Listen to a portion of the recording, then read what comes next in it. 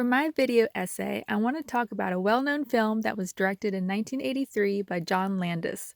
This film is a comedy, and it's about two rich old white guys that make a bet over whether being successful has to do with a person's environment or if it's all in the genes.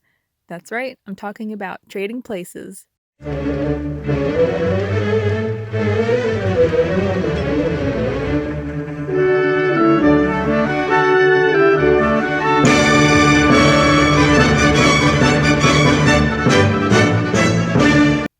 The scene I want to focus on is the one where Randolph and Mortimer drive up to the jail where they know their test subject will be. Here, we have two shots to establish a connection of dialogue between the two old executives and Valentine. So we have shot and reverse shot. Shot and reverse shot. Now we go back to the shot, which is no longer a medium shot, but it's now a close-up of the two executives framed within the confines of the car. Randolph and Mortimer are trying to convince Valentine to join them, and we are inclined to believe that their offer is good based on the fact that they are leaning slightly towards the right, and right tends to be associated with positive things.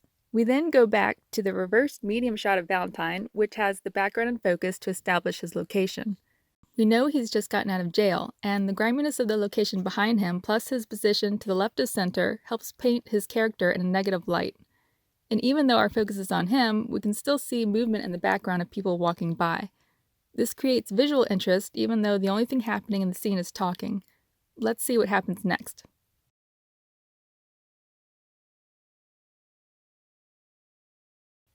Okay, freeze. Did you catch that? Here, I'll rewind. Here, the camera actually moves to make room for Randolph to step out of his frame and into the foreground. He's then placed on the strong axis to the right of center. Mortimer is left in the middle ground, and the door of the car, which was the frame, is now left open, serving as an open invitation for their new pal to join them. The reverse shot goes back to Valentine, where the camera is now a close-up of Eddie Murphy's face.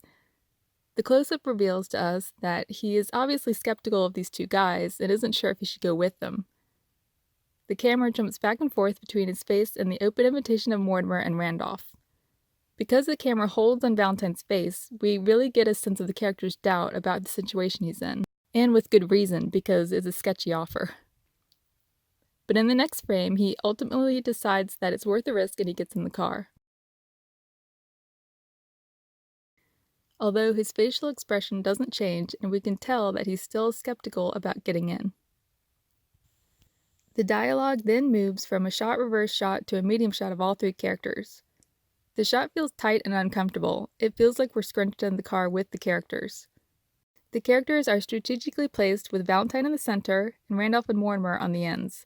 Valentine is in bright red and Randolph and Mortimer are dressed almost identically in beige. Here, Valentine feels objectified. Our focus is on him and what decision he will make.